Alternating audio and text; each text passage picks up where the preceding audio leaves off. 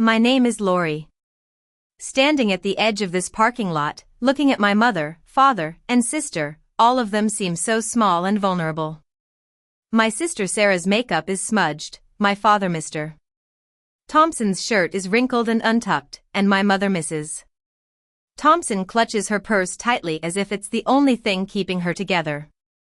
Their pleading faces and desperate expressions bring back a flood of memories that started with a simple phone call on a seemingly ordinary Wednesday.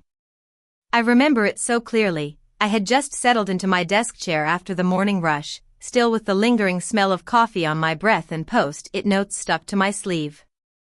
My phone lit up with an unknown number. There was no caller ID, and there was really no reason to answer, but something made me pick up. "Hello, is this Lori Thompson?" a voice asked. I hesitated for a moment before answering, "Yes." Then he introduced himself as Mr. Harris from Coastal National Bank. "We're calling regarding your mortgage balance of $523,000. We've sent several notices," he said. I was flabbergasted. "I don't have a mortgage," I blurted out, my voice sharper than I intended. "You must have the wrong person." There was a pause on the other end. "Ma'am, the file we're reviewing shows your name, date of birth, and social security number. You're listed as the primary borrower. The loan was opened 3 years ago." 3 years ago. That was the year Sarah started talking about buying a house. She was in her late 20s then, full of dreams of a fresh start. She'd wave pictures of beautiful houses around the dinner table, talking about how she wanted a place big enough for a family someday. Mom always said, "We'll find a way. Family is there for each other." But I never thought it would be like this. After I ended the call, I just sat there, staring blankly into space. The hum of my laptop fan was the only sound in the room. My palms were damp, and my mouth was dry. I tried to convince myself it was a mistake, a simple mix-up or a typo. Maybe there was someone else in the state with the same name. But deep down, I knew it wasn't that simple. I frantically started rummaging through the drawer beside my bed. I dug past old pay stubs and birthday cards until I found the last letter I'd gotten from Coastal National Bank. It was a generic flyer that I'd tossed aside months ago without a second thought. Now, it felt like a warning I had missed. I sat on the floor of my apartment, surrounded by envelopes and loose sheets of paper. I had no property, no car loan, and I'd always kept my finances simple. And yet, someone had signed me up for a huge debt. And there was only one group of people who had access to all my personal information, my family. I couldn't sleep that night. I lay in bed, staring at the ceiling, thinking about all the times I'd helped them. I'd co-signed on medical insurance forms when Mom had surgery, on student loan applications when Dad lost his job. I was the responsible one, the quiet daughter who never caused any trouble. Mom used to say, "Lori is strong. She can figure things out on her own."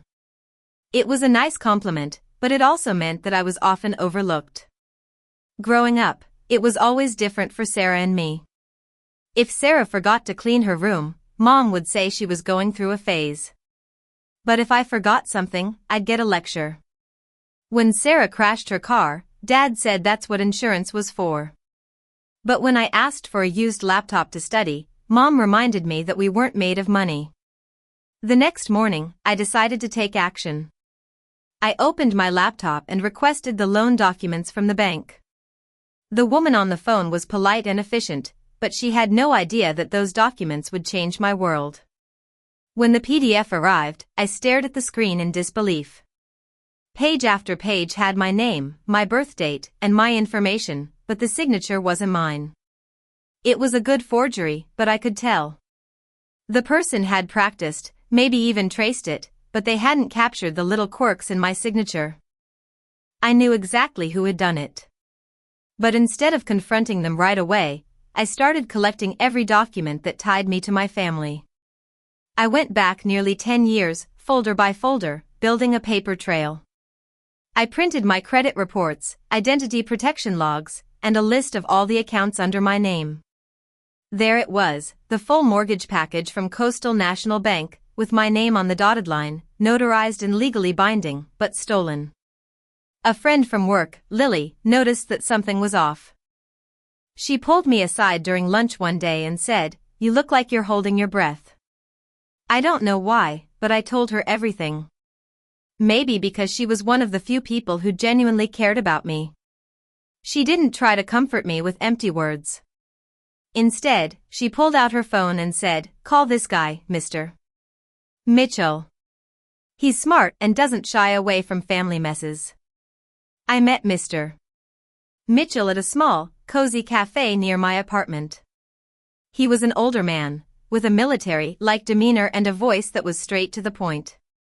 He flipped through the stack of documents I'd brought without saying a word. When he finished, he closed the folder and looked me in the eye. "You understand what this is, right?" he asked. "I think so," I replied. "Fraud and identity theft," he added. Hearing those words made my chest tighten, but I nodded. "I don't want to destroy them. I just want this to be undone," I said. He told me, "You're not destroying anyone. You're reclaiming what's yours." Over the next hour, he walked me through the steps: file a police report, notify the bank in writing, submit evidence, dispute the mortgage legally, and press charges if necessary. He warned me it would be a long and difficult process, and it would probably burn any remaining bridges with my family. But at that point, I felt like I had already been alone for a long time. On a Sunday, I found myself standing in front of my parents' house. I hadn't spoken to them all week.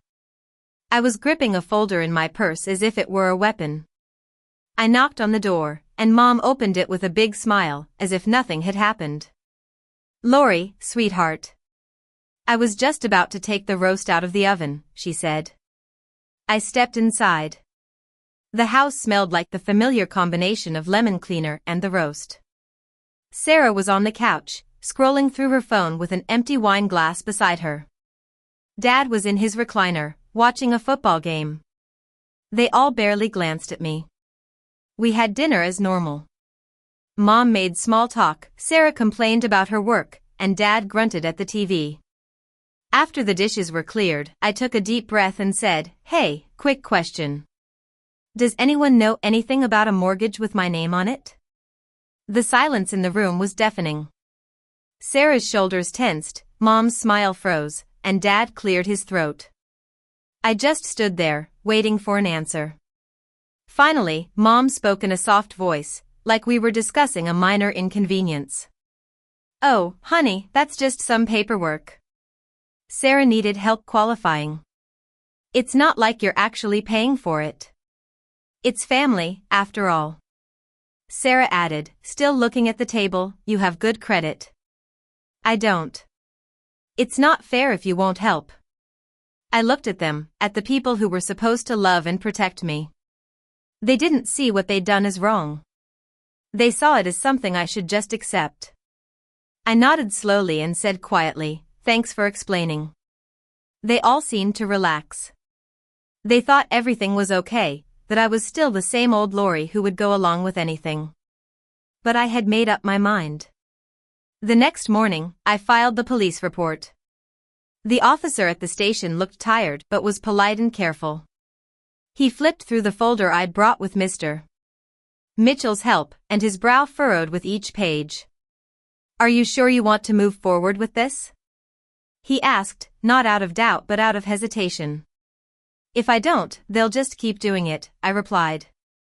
He nodded and stamped the papers. That afternoon, I mailed a certified letter to Coastal National Bank. Inside were the police report, a formal dispute notice, and copies of my ID. I watched as the clerk at the post office slid it into the outgoing tray, as if it were just an ordinary envelope. But to me, it was the end of an era, a line drawn in the sand. I didn't give them any warning. I just waited. 3 days passed, then 5, then a week. There were no calls or messages, just the constant ache of waiting. Finally, on a Friday night, just after sunset, there was a knock on my door. I peeked through the peephole and saw Mom, wrapped in her nicest coat, looking furious and scared at the same time. I opened the door but didn't step back. She pushed her way in and hissed, "How could you? How dare you go to the police?" Her voice was harsh, but I could hear the panic underneath. "I trusted you to be understanding," she continued. Sarah needed help. Family sticks together. I looked at her calmly and said, "Family asks. They don't steal." She blinked, as if my calm words hit her harder than if I had screamed. "You've ruined everything," she snapped. "Do you know how this looks?" I almost laughed. "I didn't ruin anything. I just stopped pretending it wasn't broken," I replied. Then I closed the door in her face. Sarah called me multiple times and left angry voicemails, but I deleted them without listening. The next morning, I received an email from Coastal National Bank. They had suspended the mortgage loan pending further investigation and attached a formal apology. My credit score was still damaged, but things were starting to turn around. I called Mr. Mitchell and told him, "They're taking it seriously." He replied, "They usually do when people show them the truth instead of yelling." He was right. I hadn't shouted or begged. I had just let the truth speak for itself. In the weeks that followed, the silence from my family grew. There were no more texts, no more invitations. At first, it was hard, but then I started to realize that it was a freeing feeling. I filled my weekends with things I loved, like going to the farmer's market, buying flowers for my kitchen table, and reading a book in peace without the constant worry. Months passed. Spring came, and the world seemed to start anew with the blooming of the trees. I still had to deal with the aftermath of the fraud, answering emails from Mr. Mitchell, signing documents, and checking my credit report. But something inside me had changed. I felt more at peace. One morning, at a local artisan fair, a woman picked up a cup I'd made labeled Reclamation. She asked, "Why that name?" I shrugged and said, "Because it wasn't supposed to exist, but it does." That night, as I sat on my balcony with a cup of tea, I finally felt the true meaning of peace. And then, I saw them at the edge of the parking lot.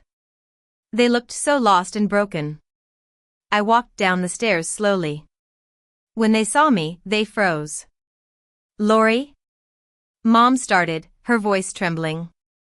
"We made mistakes, but we're still family." Sarah stepped forward and said, "I just need help. Just for a little while. Please don't shut us out." There was no anger left in me. I just felt a deep sense of calm. I set down my bag and looked at them.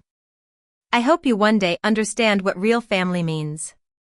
It's not something you can steal or fake," I said. I reached into my coat pocket and pulled out a manila envelope. Inside was a copy of the forged mortgage document with a big red void stamp on it, and a birthday card from years ago that said, "You've always been our backup plan." I handed it to Mom. Her hands shook as she took it. "I'm not angry anymore," I said. "I'm finally free, and I'm not coming back." Then I turned and walked away. I didn't look back. The sound of my footsteps on the stairs was like a statement, louder than any argument I could have had. I knew that sometimes, walking away is the only way to find your own peace.